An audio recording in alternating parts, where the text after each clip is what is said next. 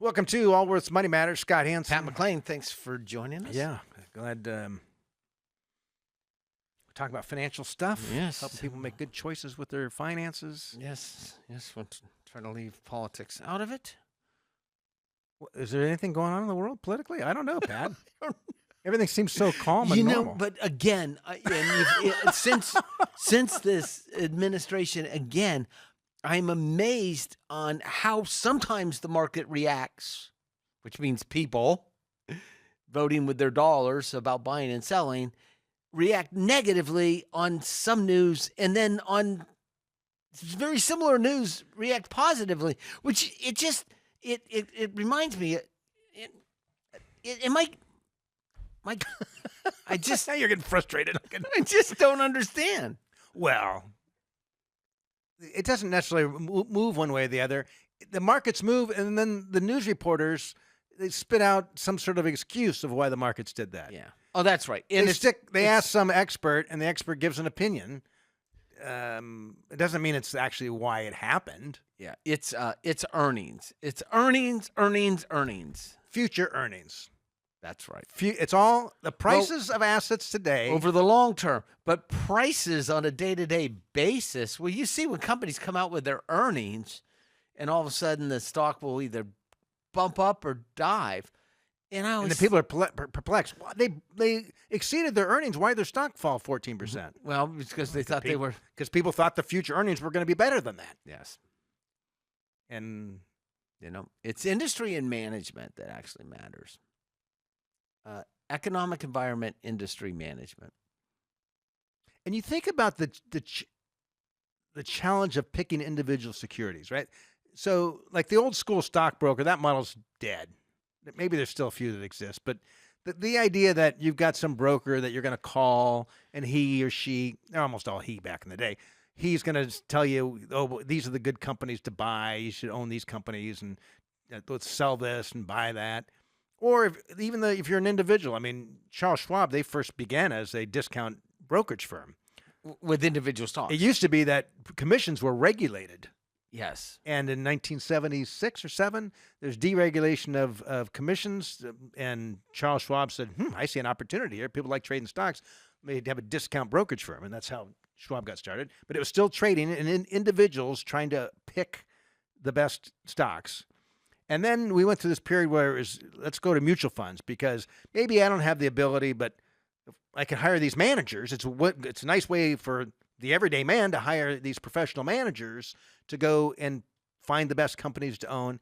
But then as time went on, we saw that most of these professional managers are not outperforming just the broad indexes, the broad baskets that they're trying to mimic. And then hence the rise of the index funds and then the ETF to kind of... But active management still makes sense on certain asset classes. I would agree with you, particularly in the fixed income arena. 100%. It's much larger, and it's not nearly as efficient. The bond market, yes. The fixed income market. But even and if you're gonna try to pick these stocks, think about the rotation within the S&P 500 of companies. Well, it's the constant. Magnificent Seven. How many of those existed 20 years ago? Well, they were in some form or fashion, but how many people knew about them? And how many other companies were the darlings of the day 20, 25 years ago that don't even exist anymore today? Yes. And if you look at it, the change over that, so WorldCom. Some biggies. Right. There were some big ones. Enron. Lucent Technologies, you remember that. Remember that. Enron, we haven't seen a big blow up like that in a long time, have we? It's been a while. Yeah. Maybe because the auditing firms that actually audited them blew up as well, and that the regulators actually came down on the auditing firms. That's exactly what happened. Right? It wasn't the companies, it was the auditing, the regulators. They were all part of it. Yeah. Oh, and then the auditing firms were held financially responsible for the losses, and it blew up. Arthur Andersen just blew the firm up. And that was Enron. I believe that was Enron. Enron. Yeah. They were both the same time though. NCI WorldCom, which was a crazy one where they are actually expensing leased phone lines. That was something. That was creative. There's some creative accounting going on there. Well, what's interesting is so there's been this tremendous regulatory burden that companies, and maybe in good measure, right? And so many companies aren't going public anymore, or the companies that were public are going private. There's just the private markets have exploded, and there's a push now on the regulatory side of things to get some of these private assets in 401ks. There's a big push right now to get private equity, private fixed income, all inside 401k plans. Which actually, you can tell what's going to happen over the long term. Well, it just seems to me like, what if that effort was instead make it easier for these companies to use the public markets? Understand, but if the private markets come into the 401ks, the regulatory burden on the private markets would come very much like the public markets. In which case, there will be the Department of Labor after. You got the DOL in there, right? And then companies that sponsor these into the regulatory 401ks will fall into them. It will. The pendulum has a tendency to These swing. These are the kind of things that we find fascinating. These are the things that we talk about. You should have lunch with us. It's amazing. It's so great. All right, let's take some calls and talk about some everyday issues that people deal with. Why do I have no friends? If you want to be part of the program, if you got to run a financial question past us, we'd love to take your call. Send us an email at questions@moneymatters.com. And we're starting off with Nancy. Nancy, you're with Allworth's Money Matters. Hi. Thanks for taking my call. Yeah. I have a question which I'm sure you've been asked many times, but Roth conversions really confuse me. So when I retired from the phone company, I rolled my pension and my 401k into an IRA, right? It's all pre-tax. So, and then I took a glorious 6 months off, and then I came back to work at a little job because I told myself I was going to work till 65. So I'm ready to retire this year. How old are you today? 64. Okay. Yeah. So in July, I'll be 65. So I'm retiring August 1st. Wow. And So I have about 2.2 in my IRA now. And let me ask you a quick question. When did you leave the phone company? In December 28th, 2021. And what was the $2.2 million IRA today? What were the values of those? Probably a couple different accounts. Your pension, your 401k. Do you remember what it was worth when you retired? My pension was like $20 shy of $1 million, and then my 401k was like $650. Oh, maybe. Okay. And have you taken any distributions off that? Yes, my first 6 months. I'm thinking, all right. Yeah, my first 6 months, I was just living off that when I retired because I wanted to have some time off, and then I kind of kept taking it when I started working because I wanted to give my daughter some money for her wedding. I thought that was easier to take a little bit at a time. Okay. So I did some things, and then I kind of moved my financial advisor because I didn't like the way that the original one had it invested. I wasn't making any money. She had too much in bonds, in my opinion. But so I transferred to this guy, and this guy is doing really good in my investing. So, but now that I'm looking at it, and I listen to your podcast, I listen to a lot of financial podcasts, and a lot of people, especially your show, talks about, you should or should not start rolling some of that to a Roth because then my RMDs are going to be really high when the time comes, in 10 years, right? Yes. So I was wondering, and we talk about it a lot because it's one of the main planning tools that people with some assets have available. So controlling their taxes. So when you retire, do you plan on starting an income off this IRA? Yes. And how much? I thought $5,000 a month minus the tax. So I take home $4,000. That's fine. Okay, so $60,000. So about a 2.85% distribution right in there. And what did you take out of that account in 2025? Ballpark. Oh, I take $2,500 a month, so I take home $2,000 Okay. And a month now. what did you earn in wages for 2025? Ballpark. 52, probably 5,200. Okay. And you're going to start Social Security at 65 as well? Well, I wasn't. And are you married or? No, I'm single. Okay. And he was talking about just waiting till 70 to collect it. And I said, well, and he goes, well, you know what? If it doesn't work out, then just start collecting it. It's totally up to you, but we suggest you wait till 70 to get the biggest bang, is what he said. And what do you feel about that? I feel if I could support myself on my IRA, I'm willing to do it. But in 2 years, when I'm 67 and I reach my max, then I might change my mind. You know what I mean? Okay. So, yeah. So do you have any money outside of IRAs?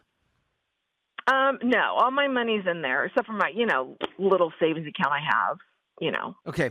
So, And has your advisor run any scenarios over the next several years of what your tax situation's like? What's going to happen if at age 75 at required minimum distributions? Have you done any of that analysis? Yeah, when he gave me my plan, Yeah. that's where I saw like how big my RMDs are going to be and how much taxes I'm going to pay. And then, I'm listening to Medicare, webinars and stuff. And it's like, oh my God, the IRMA thing came in mind. I'm like, oh my God, I'm going to be paying up the yin yang for medical in my retirement as well. So that's what I was thinking. And I talked to my tax person the other day, but she really wasn't that up on Roth conversion. So I thought, what do you mean she wasn't up on it? Well, about how to pay my taxes, because I said, well, if I want to roll 50 a year to keep me under my 105, if I want to do 50 a year, how do I pay those taxes? You actually have to take, because there's no money outside. You hit the key here, right? There's no money outside the IRA. You actually have to use the IRA money to actually pay the taxes. Oh, so it's a push. You got to gross it up. Yeah, so it's a push. Maybe a push, maybe not a push, depending on the marginal tax rate. The biggest question to me is would I start Social Security at 60? Well, you're gonna the plan you have now. If you're gonna suddenly take a $5,000 a month distribution, you're gonna go backwards in your standard of living. Because right now you've been making $5,000 a month in your wage and taking $2,500 a month. So you're making and I take home $3,000 a month after taxes. And you're taking money from the IRA, $2,500. Yes, if that's my mortgage is like 18 something, so I wanted that $2,000 to pay that. I think you should take a little bit more. I think you should take more out of the IRA. I would take a 4% distribution. How much do you owe on your house? I owe about $125. And the interest rate is super low? 2.85. You know what I'd recommend? I would take whatever amounts needed to pay that mortgage. So I would, it's $1,800 a month, gross that up a bit. And so I would take maybe $200,000 of that IRA and I'd put it in a separate account. I'd invest it conservatively, and I would have it send you a net $1,800 a month each month. So you're going to match maturities? Correct. You've essentially paid off your mortgage by doing that. I have more than 125 because you've got to gross it up for taxes. And then figure out how much you need on a monthly basis. Because the plan that you just laid out to here, it sounds like you're living way below your means. Yeah. You're going to go back. And you've got $2.2 million. Yeah, and you have the ability to take. How's your health? You have the ability to take Social Security. Your health is good. Yeah. Yeah, you need to take a little bit more money out of the IRA or start Social Security. And I personally like the idea of taking, because one way to model it, there's the 4% rule or some of those things, and you've got $1,800 a month mortgage payment, right? Right. So if we can carve off just a little bit of your nest egg to set it aside to pay that. Essentially, we're paying off the mortgage, but we're doing it in the most tax efficient manner.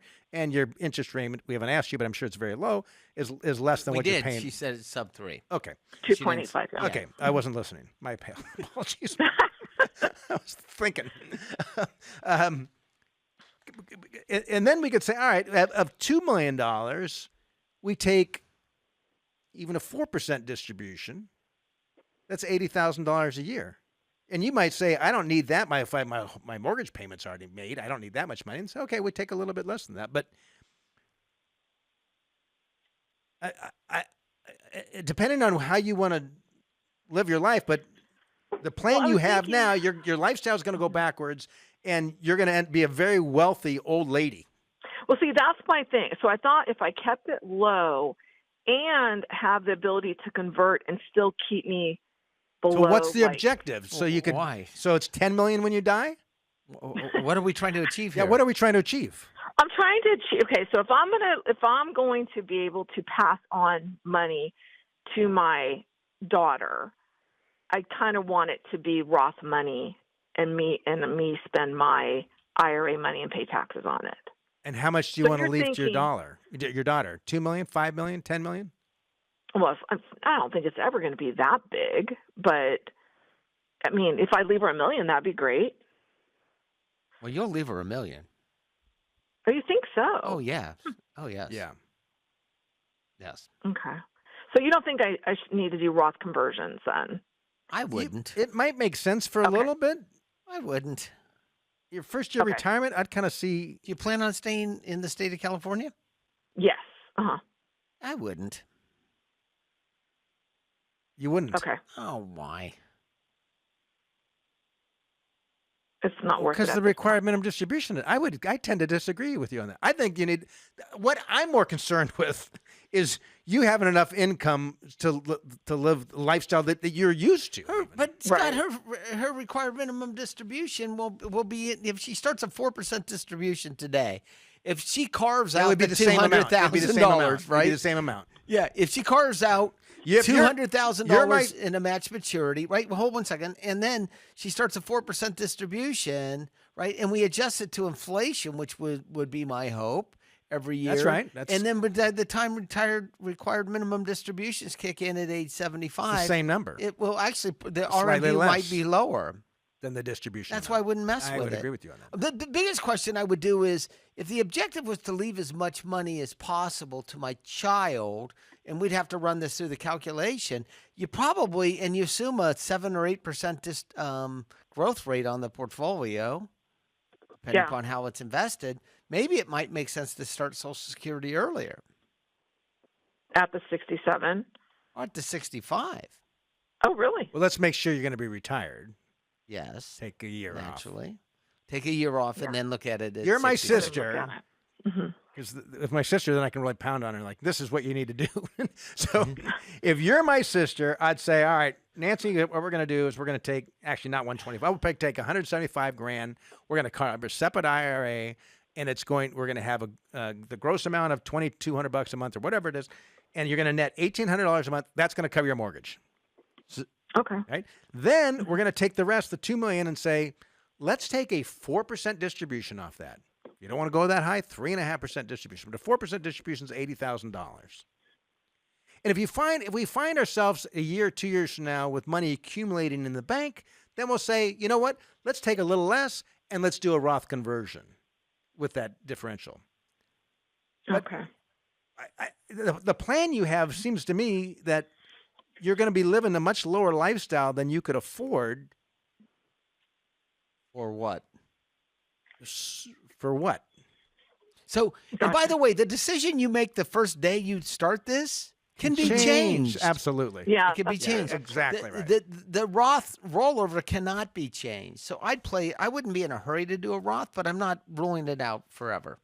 And I kind of like Scott's idea of just like carving this money out. And what you're doing there is you're matching maturities. You're saying, I have essentially the mortgage paid off. I've got this money invested in a higher yield than the cost of money on my mortgage, and I'm matching those maturities, basically. I see. Okay. I And didn't think about that. that it will help you psychologically because you essentially have paid off your home. You've just got it. You could actually go back in individual bonds and get a higher yield than what you're paying on the interest there. Okay. Yeah.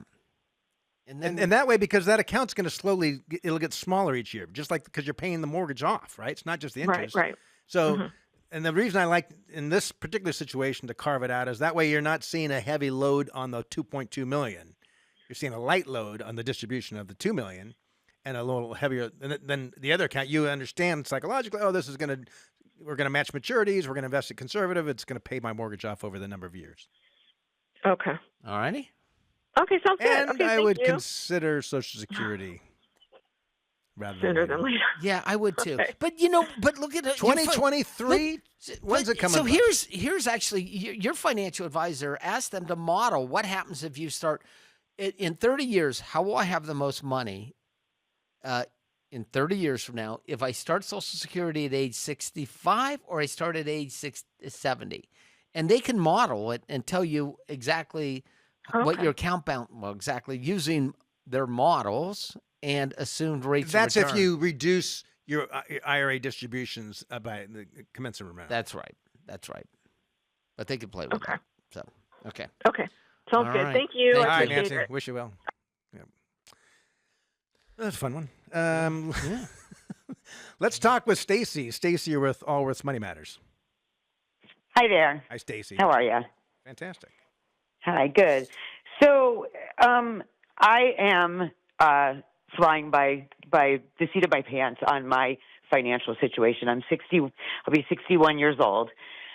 I have $7 million in my 401k, and about maybe I've got other investments that are small.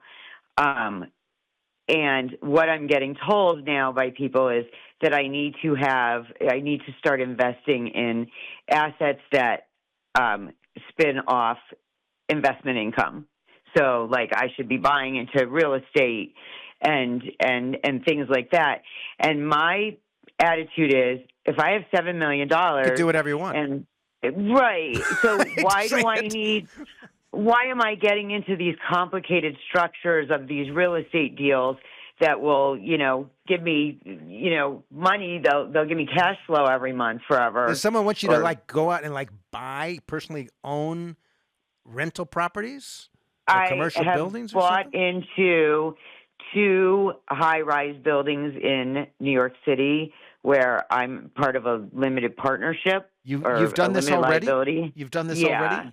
Yeah. You bought I did into it an LLC? Yes. So I have done it on 2. I've done 2 deals, $100,000 each deal. How long ago? One was about 6 months ago, and one was about a year ago. So, the one is a Manhattan apartment building. It was redeveloped. It's giving me it's giving me 10%. I'm getting $850 a month in income right now on the $100,000. When they say that when they refi the building, then I get my investment back and I continue getting the cash flow. Mm-hmm. Assuming everything works out and they're able to refi the building. Exactly. And by the way, that distribution you're receiving may or may not have anything to do with the earnings of the investment. So look, it could be like a return of capital. Thank you. And the $7 million, that's a lot in a 401k. I know. Were you self-employed at some point in time? Did you work for a hot company? Like Cisco I'm or something? 38 years. I'm 38 years with a public company.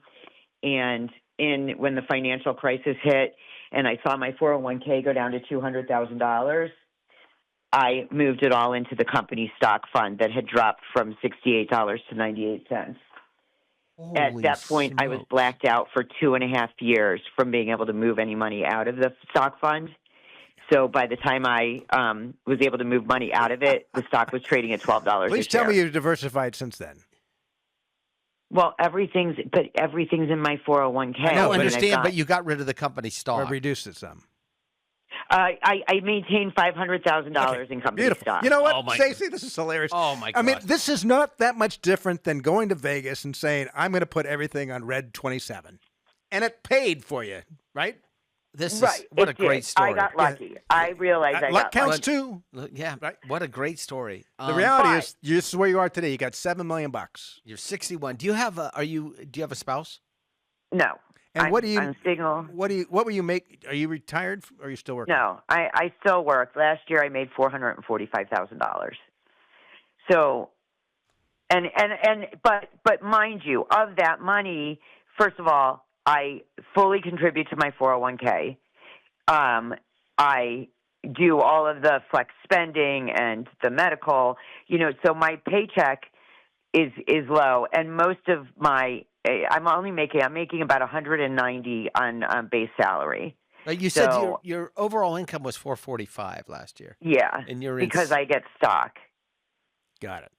How much money do you have So- outside your IRA? So I have $7 million in my 401k. I have a $350,000 IRA. I have the $200,000 investments in real estate, and I have $100,000 in mutual funds, Okay. and then whatever's in my house. So back to the original question, which Do you is like owning these partnership interests in these buildings? No, because they make me very nervous. okay. Yeah, then don't- They're sketchy. To some extent, I think they're a little sketchy, but the people that I'm working with, I have a lot of confidence in. Mm-hmm. I mean, I've actually asked them if they're Bernie Madoff.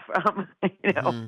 Bernie Madoff didn't tell people he So wasn't Bernie Madoff. I to tell you a story. This was a number of years ago. I was on a panel. Barron's, the publication, asked me to speak on a panel, and there was, I think, 3 of us, different kind of wealth managers or whatever, on this panel. And there was one gentleman that I think his account minimum was $50 million. Okay, and he talked about that his average client had 14 different accounts, not investments, different accounts. Most of them LLPs, LLCs. Where you get the K1s. You're waiting until October. Where's my K1? Yep. All that stuff, right? 14 of these, and I thought to myself, these poor clients. Most of them were business owners. They got lucky. Businesses, hard work, whatever. Anyway, at some point in time, they hit the payday. They've got all these dollars, and this guy just made their life so complicated. And they had enough money to have life simple. The question is, I am stuck with all taxable income in my retirement. That's right. And is there anything that am I just, No. My attitude is if I get 8% return a year and my account goes up by 8%, so what? I pay the taxes on it, That's right. That's right. That's right. There's no way to avoid it. Look, back to your original premise where people have told you, and I don't know who these people are, that told My you dad. Someone who's selling, that selling you the need products. to diversify these different sources of income. Look, there's very little you can do with this portfolio. There's very little. No. No. In terms of taxation, That's exactly Right. right? There's lots you could do with this. I wouldn't mess with And any of you this can stuff. own a real estate investment trust that specializes in New York high-rise apartments if you wanted to. But don't. Yeah. You're absolutely fine, right? You're absolutely fine. I wouldn't mess with. Look, what you're interested in is total return, and it's pretty simple in your portfolio because most of your assets are in this Tax-deferred. IRA. Which has Right. some benefits because you can do all kinds of transactions without incurring any tax bills. But total return is dividends, capital gains, and interest. Right? Mhm. Can I add anything else to I that? don't think so. That's Dividends, Yeah. capital gains, and interest. So when people talk about diversifying their sources of income, you can do that, that's an investment allocation, which is, hey, I'm going to put a traded REIT, real estate investment trust, in my IRA, a traded 401k. And because you're over age 61, you've got this menu that you actually live inside your 401k, but you're over age 59 and a half. You can take most, if not all of your 401k and move it into an IRA, and your menu of investment options has expanded Dramatically. I mean, yeah. like But 50-fold. here's the other thing. I have no debt. Yeah. I owe about $180,000 on my house. That's worth about $550. Uh-huh. But in looking towards retirement, I'm anticipating having to spend $1 million on a house. Okay. And, how do I leverage my 401k to do that? Do I just say, you know what, I'm going to take $10,000 a month and that's going to pay the $1 million mortgage? That's what or you're going to have I to do. Yeah, but or had you called us prior to investing in these LLCs in the New York high rise, I would have said you should actually just hold those in treasuries until you actually buy this house. And you have $100,000 in mutual funds, and maybe we use that, right? But you should not be making any. The challenge is you've got it's a good prop, but you've got $7 million in this tax shell. Think of it like there's this shell around these dollars, and to get money out, it's got to come out of that shell. And when you pull it out of the shell, your silent partner, the tax man, is going to grab some. Right. And the more you take out in any particular year, the more they're going to grab. So if you pulled out $1 million, you're going to be at the top tax rate. 47%. Yeah. Yeah. Which part of the problem is also, though, is that it's like, do I start using some of that money now? No, you're making. No, absolutely not. You do I'm the poorest rich girl. Yeah, I understand. I understand. You're the woman with a ham under her arm, pleading hungry. So what? So if you quit working today, and you took a 4% distribution on that $7 million, that's $280,000 a year. Right. Yes, but if you wanted to buy a house, like $1 million a house, what I would do is I would actually have you go get a loan, what's called a 30 due in 5, right? Or a variable interest loan, one of those two, and have. Well, you got to run the numbers, model it all. Yeah, I'd have you pay it off in a relatively short period of time. But what the mistake you made is that you actually said, well, I'm going to need this money to buy a house. But you acted contrary to that by making these investments. You just took cash, because I'm assuming that those $200,000 were after tax. So yes, you acted contrary to your best interest by that, because if we wanted real estate exposure, we could have actually gotten it inside the IRA. And by the way, the people that pitched you on the New York high rise didn't actually ever discuss. They might have asked how much money you had in an IRA. They did a tremendous disservice to you. I mean, before you mention that, I'm starting to think in my mind, her situation. They took her liquid cash, which is little. They were selling a limited partnership, Scott. They didn't care about her. You need a financial advisor is what you need. And run the numbers. You need a financial. If for no other reason, and you're going to look and say, well, why would I pay for a financial advisor? If for no other reason than to stop you than making these investments in that. Because these investments. My guy tried. My guy actually tried. Oh, he did? Yeah, but I'm, the people that my father introduced me to and the concept, I was like, okay, I'll give it a try. I have this cash laying around. Well, you should. And then I'm worried about RMDs. What I'm. So one of my thoughts was to take more out of my 401k. I'm actually not worried about RMDs. You've had gross income of $445,000. Okay, maybe you're maximizing your 401k. But you're living on that. It's still over $400,000. You live pretty right. You live pretty good. Is that $445,000 been pretty consistent over the years? I'm average I would say the last 5 years has been about 3. So my guess, you're in software sales would be my guess. Insurance. Okay. So sales of some sort to make that kind of money. No, I'm not even in sales. I do regulatory. Well, look, you're good at what you're very good at your career. You need to listen to your financial advisor. they're conservative, and they also wanted me to do a Roth conversion, and I'm like, I make $400,000 a Well, year. that's If I great. do Well, the then Roth get another conversion, financial. You're Here's paying. why I wouldn't do a Roth conversion, because you quit working today and you're like, I need to replace $400,000 of income. Well, that's a 5 or 6% distribution on the 401k, which is much greater than what your required minimum distributions are going to be. And maybe you don't plan on retiring for a number of years, but regardless, like to replace that $400,000 a year, which is when you back out what you're paying into Social Security, Medicare, and your 401k contributions, that 445 goes about 400. That's going to be greater than your required minimum distribution. So the Roth is the wrong thing. And by the way, if your portfolio is being managed too conservatively and your advisor won't move on that, And get then get another advisor. Yeah. So, hey, Stacey, I appreciate the call, and congrats on making that good move. I guess like one thing, had you made that move with money outside of the retirement account, it would be a very different situation. In terms of Taxation, and yes. but then it'd be harder to diversify though as well. It wouldn't be $7 million because the taxes you'd have to pay to diversify. Let's talk with Kyle. Kyle, you're with Allworth's Money Matters. Yeah, hi, Scott and Pat. Thanks for taking my call. Love the show. Thank Been you, sir. listening to it for the last 5 years or so. Oh, good. Thanks. How could we help? Well, my question is, we were going to be closing on a new house in 2 months, and we're currently in escrow with our existing property, and just wondering on the possible funding options for the new property. And the new house, is it a brand new construction or just new to you? It's brand new construction.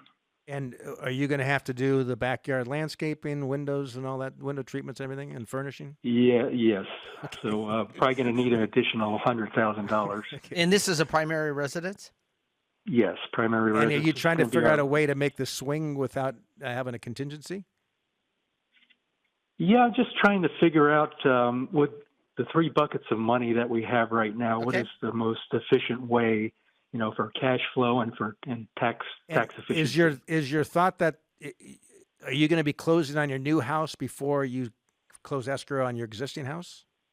No, we're going to be closing on our existing house in 2 weeks, 3 weeks, and the new house will be in 2 months. Okay. Oh, okay, All right. good. So walk us through the numbers on the existing home that you're selling. What's the value? Is there a loan that needs to be paid off, and what's the net? No, the house is paid off. We will walk away with approximately $750,000. All right. And what's the new house? And the new house is going to be, it's $970,000, but with the extra, so just call it $1.1 million. Okay. All right. Tell us where And the is the buckets. extra, is that the landscaping and that sort of thing? Correct. Okay. Right. Yes. All right. Tell us about the assets. So our assets, right now we have in our traditional IRAs, we have $2.8 million. In our Roth IRAs, we have $1.5 million. A brokerage account is $500,000, which includes about approximately $190,000 in cash. Inherited IRA of $200,000, and a HSA of $125,000. All right. So brokerage account. Tell us the amount again. $500,000. How much is in cash? 180. 190. 190. And then tell us about the inherited IRA. How much is it, and when did you inherit it? It's about a little over 200,000, and it was back 15 years ago. Okay, so you're just doing required minimum distributions on that. Correct. Yes. And then what other? over the life expectancy. And then there was one other asset. What was that? And that was just the HSA, 125K. And how old are you? I'm 66, and my wife is also 66. How's your health? Good health. And you're retired now? Yes, I've been retired for about 6 months, and my wife's been retired for a little over a year. And are you moving to a new area? We're moving. We're currently in the Phoenix area. We're moving to approximately 150 miles north to get out of the heat. Oh, beautiful. Good for you. So the idea is, where do we come up with this? Essentially, $360,000. $60,000. Where's your income coming from now? Right now, we're just living off of cash. I had a cash buffer before we retired. And what was your annual income while you were working? The two of you, go back a few years. Oh, about approximately $285,000. And are you started Social Security yet? No, actually, today is my full retirement birthday, 66 and 10 months. But I'm planning on waiting till 70, and then my wife will start taking hers in October. And did you do any Roth conversions in 2025? I did back in April. I did 100,000. Okay, so and you're not taking any money from the IRAs this year in 2026? No, we haven't touched anything yet. And when What's you your said plan? this buffer, was that the buffer in the brokerage account, or is this money that you didn't? Yeah, we've been living off the cash in the brokerage account, and we did use some of it because we had to put $90,000 down for an earnest payment for the new property. So we used about 60 in cash out of that. All right, so that new house, 1.1 million. It's essentially $1 million because you already have 90,000 down, right? Right. What do you think you should do? Well, I was thinking, since we have a large chunk of our money in the tax-deferred, the traditional IRAs, I was thinking of using the money from the proceeds of the house to add to the brokerage account, and then possibly, maybe use 200,000 from the brokerage account, 200,000 from the traditional IRA, and possibly another 100,000 from the Roth. For maybe that's close to about 60% down, carry a $350,000 to $400,000 mortgage, and then pay it up. And then pay it off. If the market's good, just take some money out of that traditional IRA. And what's the interest rate on a loan today? Well, I through my brokerage account, I can use their bank. And with our assets, I can. Right now, it's anywhere between 4 3/4 and 5%. But that's a variable rate, and that's for 7 year. That would be limited to. My guess is 50% of your brokerage value. Yeah, it's based on the assets we have. Yes, and you can't pledge your IRA or your Roth IRA. So here's my thought on this. I think, first of all, you want to start draining those HSA accounts so that they're empty within 4 or 5 years. HSA accounts? Yes, the HSA. Why do you say that? Just because of how they inherited, and what's the point? I mean, if he's got the expenses, obviously he hasn't been using them for his copay. Start using the expenses. Yeah, so start using. I actually started on mine. I'm 59, and I started running the numbers, and I'm like, I've got a problem. Yeah, because they're horrible to inherit. Yeah, they work fine with a spouse, but after that, it's all taxable in that year. Yeah, so even if you give it to charity, it's all taxable. So you want to start draining those HSAs. So just using. Yeah, correct. That was my point. So I'm just going through the checklist of things that I would actually do. I would pay cash for the house. I would use the $190,000 in the brokerage account, or at least some portion of it. I think I'd use all of it. If this were you. Yeah, correct. And then I would actually make up the shortfall with the inherited IRA and the Roth and a combination of those two. I wouldn't actually take a loan on this at all. I'd pay cash for it, 100% pay cash for it. So we're just looking for $250,000. So I would use part of the inherited IRA, and you want to actually drain that inherited IRA before you start on your regular IRA. And that's just for simplicity's sakes. And just know this: is the inherited IRA yours or your spouse's? It's mine. Okay. All right. Well, just know that I would do the exactly same, Pat. I would of the cash. I'd probably take. I'd leave some cash in there, but let's take $150,000 cash. I would take money from my Roth because you need about $250,000, right? So you take $150 from the brokerage, take 100,000 from your Roth, and you're thinking, oh, but I don't want to. And then maybe later in the year we convert some of that IRA to a Roth. But he's not going to have. He's going to have to start taking IRA distribution because he's been living on this cash. Yeah. So you're going to have to start IRA distributions.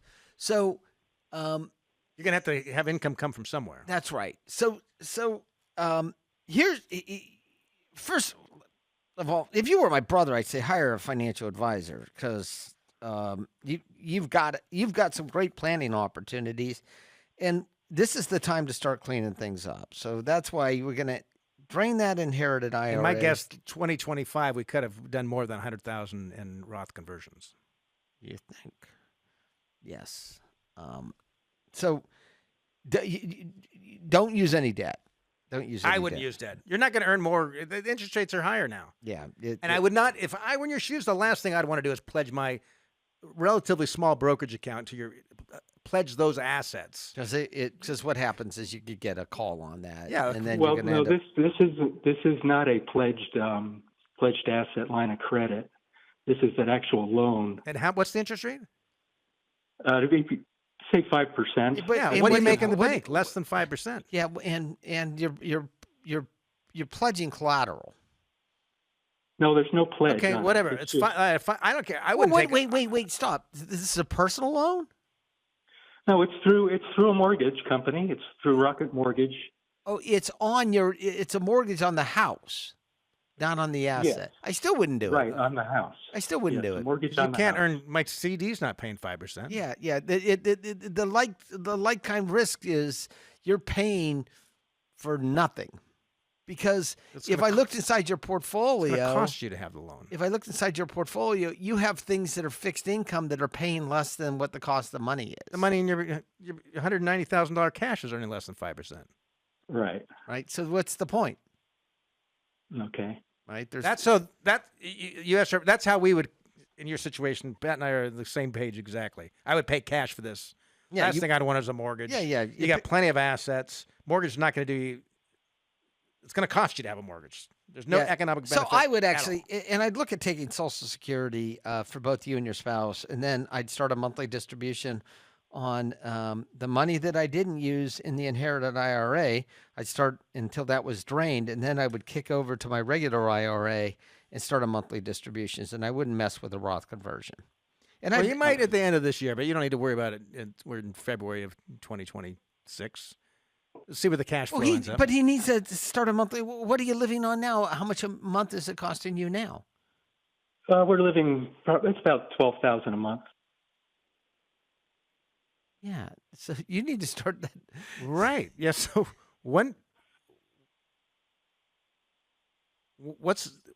I'm assuming at some point in time you're planning on starting a distribution from that IRA, right? Yes, correct. Yeah. Yeah, I would do it now. Okay. All right. So just to make sure, we're going to use the cash in the brokerage account to make up the difference. We're going to use the inherited IRA first, and then we're going to turn around and we're going to start a monthly distribution on your IRA, and then I'd probably start taking Social Security. I would take $150,000 of cash from the brokerage account. I'd take $100,000 out of the Roth, and you're like, oh, I don't want to take it out of the Roth. You can always convert later. It just gives you right now. You're in the middle of this transaction. And get the deal, get the house done. And I definitely would not have a mortgage on this. It's just having that extra payment's going to. And if you were my brother, I'd tell you to get a financial advisor. Anyway, wish you well. Thanks so much for calling. That's about the time we've got in the show. And real quick, as we're wrapping up here, I want to let people know about our upcoming webinar.